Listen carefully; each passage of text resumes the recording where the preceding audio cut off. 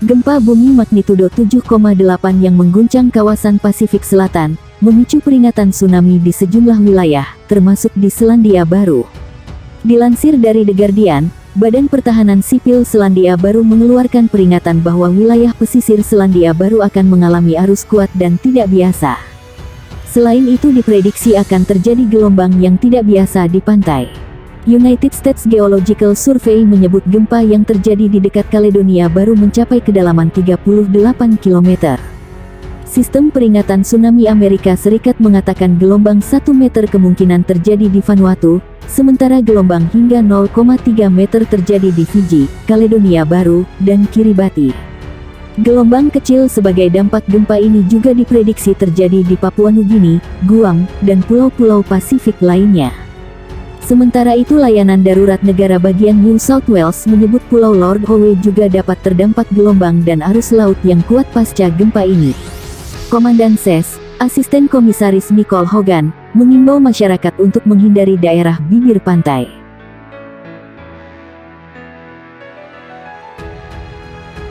Badan Meteorologi, Klimatologi, dan Geofisika menyampaikan peringatan dini potensi gelombang tinggi antara 1 hingga 6 meter di wilayah pesisir perairan Indonesia pada 14 sampai tanggal 15 Desember tahun 2022.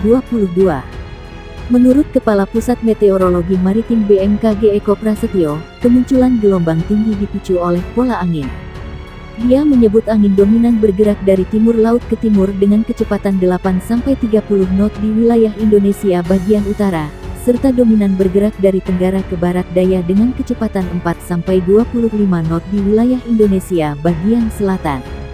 Kecepatan angin tertinggi terpantau di Selat Malaka, perairan utara Sabang, perairan barat Aceh, dan Laut Natuna Utara, ujar Eko dalam siaran pers di Jakarta. Pola angin yang demikian meningkatkan peluang munculnya gelombang tinggi di sejumlah wilayah perairan Indonesia. Gelombang setinggi 1,25 sampai 2,5 meter berpotensi muncul di Selat Malaka, perairan barat Aceh, perairan timur Pulau Simule Kepulauan Nias, perairan Bengkulu Pulau Enggano, perairan barat Lampung, Teluk Lampung bagian selatan.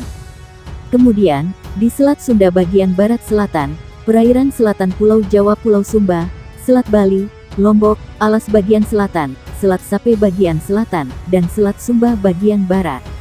Berikutnya di perairan selatan Pulau Sawu, Laut Sawu bagian selatan, Samudra Hindia Selatan Banten Nusa Tenggara Timur, perairan Kepulauan Sangihe Kepulauan Talaut, perairan Bitung Kepulauan Sitaro. Selanjutnya, di Laut Maluku bagian utara, perairan utara dan timur Kepulauan Halmahera, Laut Halmahera, perairan utara Papua Barat Papua, perairan Pulau Biak, dan Samudra Pasifik Utara Halmahera Papua. Sementara, gelombang setinggi 2,5 sampai 4 meter berpeluang terjadi di perairan utara Sabang, perairan barat Pulau Simele Kepulauan Mentawai, Samudra Hindia Barat Kepulauan Nias Lampung, serta perairan Kepulauan Anambas Kepulauan Natuna. BMKG merilis di wilayah Laut Natuna Utara berpeluang menghadapi gelombang setinggi 4 sampai 6 meter.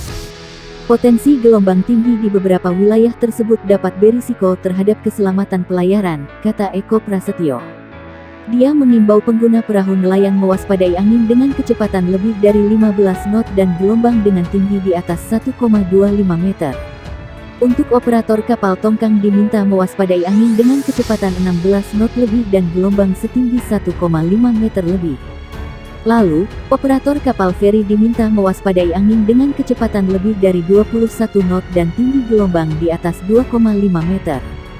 BMKG meminta operator kapal ukuran besar, seperti kapal kargo atau kapal pesiar diminta mewaspadai angin dengan kecepatan 27 knot lebih dan gelombang setinggi 4 meter lebih.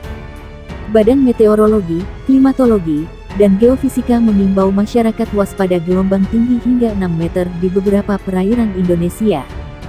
Khususnya, warga yang tinggal di pesisir.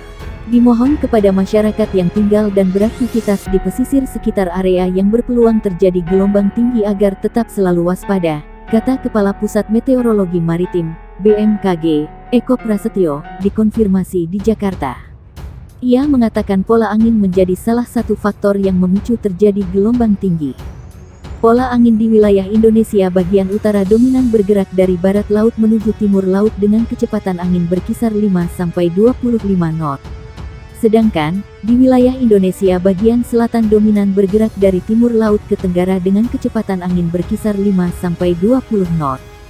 Kecepatan angin tertinggi terpantau di Laut Natuna Utara, perairan Kepulauan Anambas Kepulauan Natuna dan perairan barat Kepulauan Mentawai.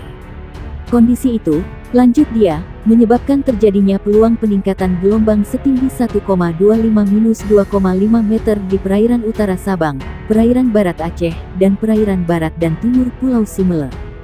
Kemudian, perairan Bengkulu, perairan barat Lampung, Selat Sunda bagian barat dan selatan, Selat Sunda bagian selatan, dan perairan selatan Banten P. Sumba.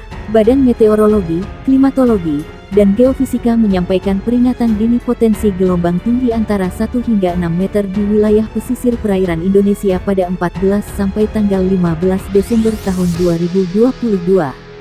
Dia menyebut angin dominan bergerak dari timur laut ke timur dengan kecepatan 8-30 knot di wilayah Indonesia bagian utara, serta dominan bergerak dari tenggara ke barat daya dengan kecepatan 4-25 knot di wilayah Indonesia bagian selatan.